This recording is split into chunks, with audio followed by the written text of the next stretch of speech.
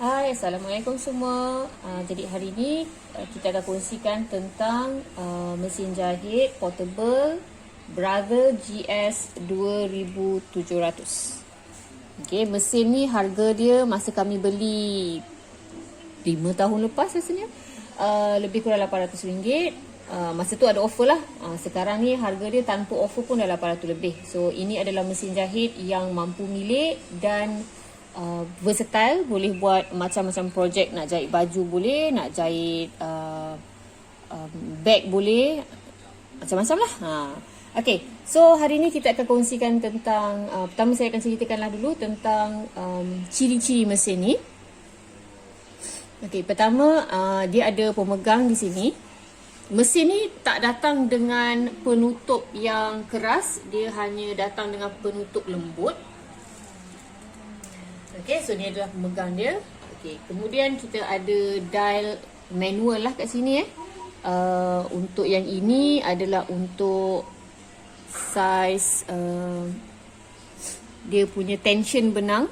Okay, dia ketat ke. Yang ini adalah untuk lebar benang. Nampak gambar dekat sini. Lebar benang kalau kita buat jahitan jenis yang macam jahit tepi. Okay, yang ini pula adalah untuk macam nak kata panjang benang tu lah, panjang jahitan tu. Okay, daripada kecil sampai ke 4 tu lagi besar lah. Okay, dia ada sampai 4. Okay, untuk mesin jahit Brothers GS 2700, kita ada 27 jenis jahitan. Okay, yang 1 hingga 14 adalah jahitan biasa. 15 hingga 27 adalah jahitan yang special lah. Okay, boleh dikatakan 15 hingga 27 ni adalah jahitan jenis embroidery. Okay, jadi kita akan tengok 1 hingga 14 dulu, okay? Okay, untuk 1 hingga 14, nombor 1 ni adalah untuk menjahit butang baju. Okay, dia akan auto lah, kita tinggal pijak pedal tu, dia akan auto buat petak macam ni, kita just letak sahaja. Okay, untuk nombor 2 adalah jahitan biasa yang kita lakukan. Untuk 3 sehingga 12, kita boleh gunakan untuk menjahit tepi. Okay, untuk kira kita tak perlu mesin jahit tepi yang lagi satu jenis tu kan, yang guna benang lain tu kan. Yang ni kita boleh guna benang biasa sahaja untuk jahit tepi. 13 dan 14 ni adalah jahitan yang nak bagi cantik lah. Selalu kita pakai kat hujung, macam contoh hujung baju kurung ke hujung lengan, kita boleh guna jahitan 13 dan 14 ni. Okay, untuk jahitan 15 hingga 27 ni, kita akan perlu gunakan setting yang special untuk dapatkan jahitan jenis ini. Okay, kalau kita tengok pada dial kat bawah ni, kita boleh pilih, contohnya kita nak pilih jenis nombor 1, kita pilih nombor 1 kat sini. Okay, katakanlah kita nak buat jahitan nombor 11 ni, kita just pusing sampai nombor 11, dia akan buat jahitan nombor 11. Okay, untuk mendapatkan jahitan 15 hingga 27 ni, sama juga kita perlu pilih. Contohnya saya nak buat nombor 22, so saya pusing dial ni ke 22 kat bawah ni, warna biru. Okay, dan bila kita nak guna jahitan jenis ni, kita akan perlu pusingkan dial dekat atas ni.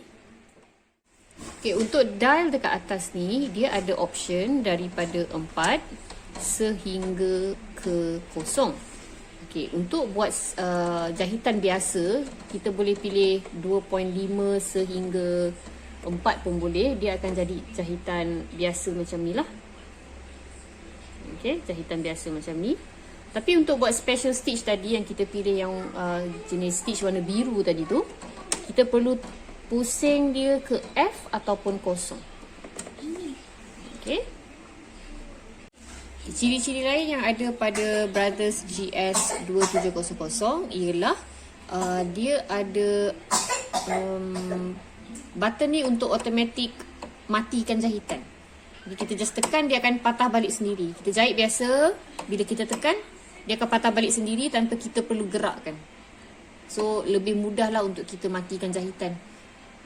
Kemudian, kita ada untuk bahagian ni, kita boleh buka. Cepat sikit. Okay. Bahagian ni kita boleh buka dan kita boleh buat lengan, jahitan lengan ataupun jenis apa-apa jenis jahitan yang kita nak buat guna silinder kan. Bentuk bulat macam tu, kita boleh selit di dalam ni. Kemudian, ini adalah yang dapat free sekali dengan mesin jahit ni. Okay, yang ini adalah untuk butang. Okay, so kita tinggal letak butang ke atas ni dan dia akan, mesin ni akan automatic detect size butang tu untuk buat lubang butang.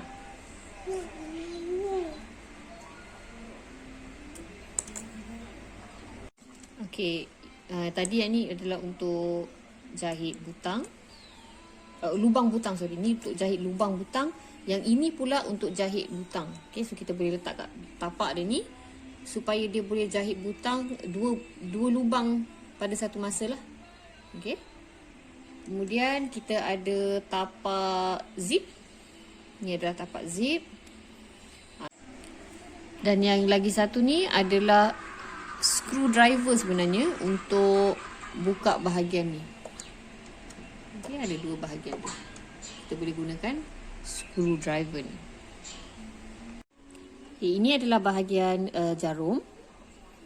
Untuk bahagian jarum ni kita ada bahagian untuk tapak. Kita ada bahagian untuk naik dan turunkan ni warna putih ni. Okey. Kita boleh naik dan turunkan tapak dia. Kemudian kita ada bahagian ni untuk masukkan benang pada jarum. So dia macam boleh kata automatik lah juga. So, kita tak perlu nak masukkan jarum, nak masukkan benang tu sendiri. Okey. Dan di bahagian belakang ni pula ada bahagian warna hitam ni. Ini adalah untuk cabut tapak. Okay, bila kita angkat, kita boleh cabut tapak macam tu. Okey.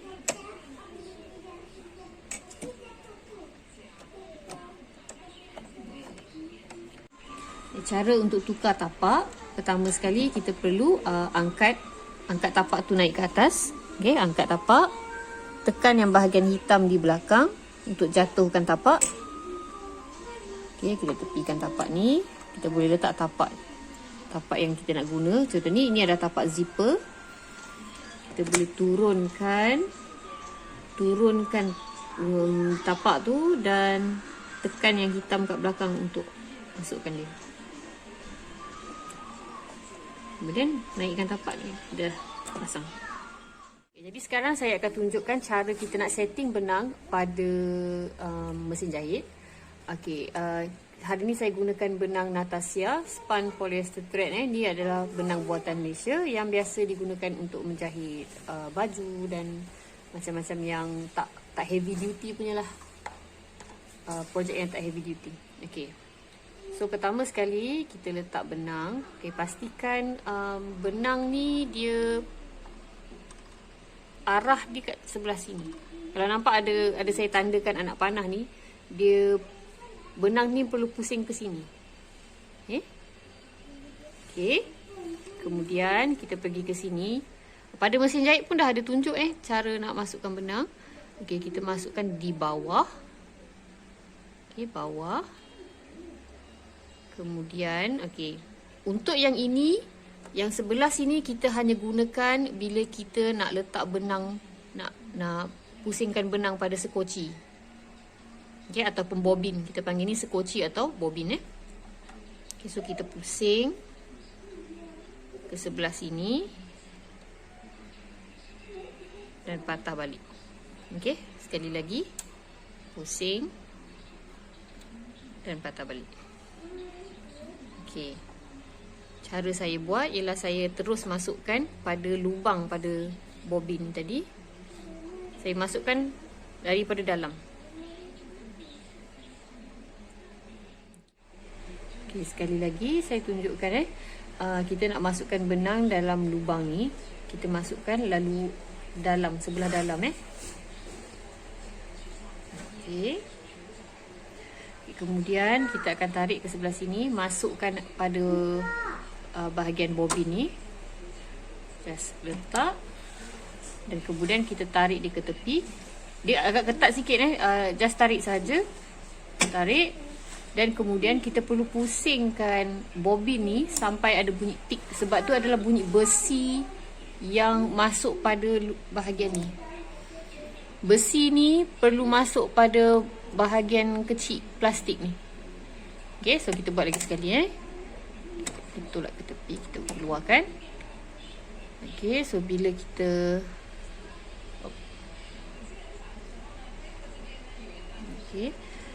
masukkan bobin, tolak ke tepi, pusing sampai ada bunyi tik. Itu dah, maksudnya dah ready. Okey. Okey. Sekarang kita boleh tekan pedal untuk pusingkan benang ni tadi. Benang ni kita kena pegang dulu lah.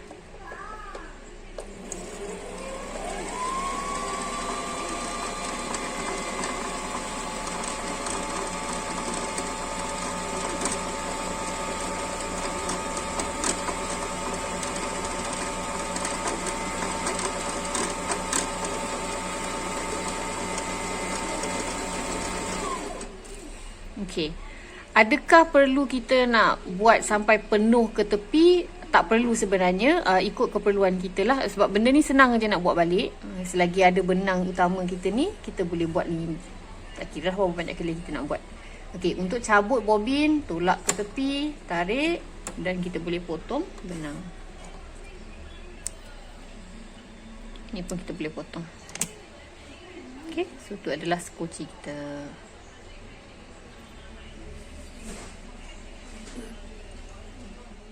Selepas kita buat skoci tadi, benang ni dah tersangkut kat sini. Tadi saya dah bagi tahu kan, bahagian ni hanya untuk bila kita buat skoci ataupun bobin Jadi kita boleh buka balik benang ni. Okey, so kita pasang bawah ni sahaja.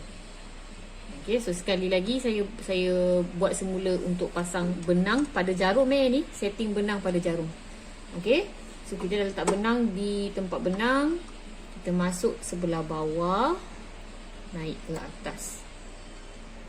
Okay, jangan risau pasal yang besi yang kecil tu, dia akan automatik. Bila kita letak bawah, lepas tu kita naik ke atas tu, dia automatik masuk dalam besi tu.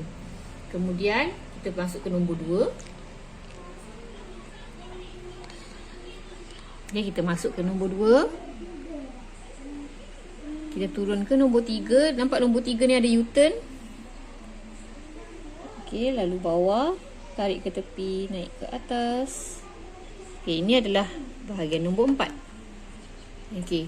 Bahagian ni kena hati-hati sebab kat dalam ni dia ada satu besi penyangkut.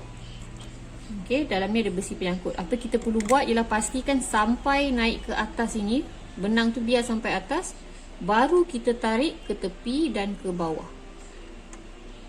Okey, tarik ke tepi dan ke bawah. Kalau tak sangkut pada besi tu, dia akan dia tak menjahit lah. Okey. So turun ke bawah untuk bahagian jarum. Untuk masukkan benang, okey, nak masukkan benang dalam jarum. Okey, pertama sekali kita turunkan thread feeder ni, kita panggil ni sebagai thread feeder. Okey, bila turunkan, turun dan tolak sikit masuk ke jarum ni. Dia ada besi kecil sebenarnya kat situ yang kita memang halus sangat, susah nak nampak. Kita just tolak aje ke depan, dia ada bunyi tik kecil je. Okey, kemudian kita sangkutkan benang dekat belakang yang bahagian sebelah kiri ni. Okay, kita masukkan benang. Kemudian kita letak benang ni dekat hujung jarum tu, belah depan jangan belah belakang, belah depan. Kita tarik naik ke atas dan kita akan rasa macam dia tersangkut pada sesuatu. Itu adalah yang besi kecil pada jarum tu tadi. Okay, kemudian apa kita perlu buat adalah kita just tarik dan dia akan masuk sendiri. So seterusnya kita just tarik je lah benang tu. Tada! Okay, masukkan di bahagian bawah ni. Nak masukkan skoci ataupun bobin pada bahagian bobin, So kita buka yang bekas plastik kat bawah ni. Okey, kita buka. Okey, bobin ni kita masuk. Ada juga gambar kat tepi ni, tapi saya ceritakanlah. Kita masuk benang, hujung benang tu dekat belah bawah. Okey, kita just masukkan. Okey, kalau tengok pada bahagian cover bobin tu, ada satu besi. Dia ada bahagian besi yang pendek dekat sini. Dia memang akan nampak ada ruang nak masukkan benang. Kita just masukkan. Okay, masukkan benang ke sana. Tarik. Lepas tu kita masuk bahagian tepi ni. Tarik. Dan kat hujung ni dia ada pisau. Kita tarik, masuk, dan dia akan putus sendiri. Kita tak perlu, kalau mesin jahit lama, kita perlu tarik benang ni naik ke atas. Untuk mesin Brothers GS2700, kita tak perlu. Dah siap buat step ni, boleh mula menjahit. Okay, pada bahagian tapak tadi, kalau perasan kita ada nombor 1/2, 5/8, 3/4. Dekat bawah ni ada 1/4. Dia tak berapa nak nampak lah, tapi kalau tengok betul-betul ada 1/4. Itu adalah saiz basi yang kita jahit. Okey. Jadi contohnya kita nak jahit zip ni. Okay, ini basi ni adalah 1/4. So kita boleh, kita just pastikan kita punya kain tu, hujung kain tu ada di bahagian 1/4 tu. InsyaAllah line tu akan straight. Kita akan cuba untuk menjahit. Setting yang saya gunakan adalah untuk panjang jahitan tu saya buat 2.5. Ni 2, ni 3, saya buat tengah-tengah 2.5. Tension dia saya buat 5. Yang tengah ni tak ada kaitan lah sebab ni adalah lebar dia. So, kita tak guna setting ni, kita hanya guna 2 setting ni sahaja. Okey. So untuk jahit, kita turunkan tapak. Ni masa tadi kita dah isi bobin, kita dah isi sekoci kita kat bawah ni. Saya tak ada tarik pun benang ni So kita tengok apa jadi. Okay, dah turunkan tapak. Hanya perlu tekan pedal.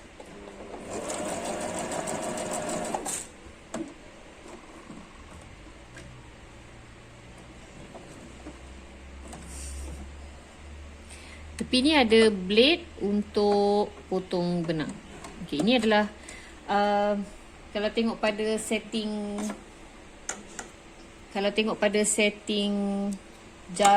jenis jahitan, saya buat pada nombor 9 nombor 9 yang ini. Okey, so kita cuba buat nombor yang jahitan yang biasa, nombor 2. Okey, nombor 2. Kita tengok apa jadi. Pastikan benang di bahagian belakang. Okey, turunkan tapak dan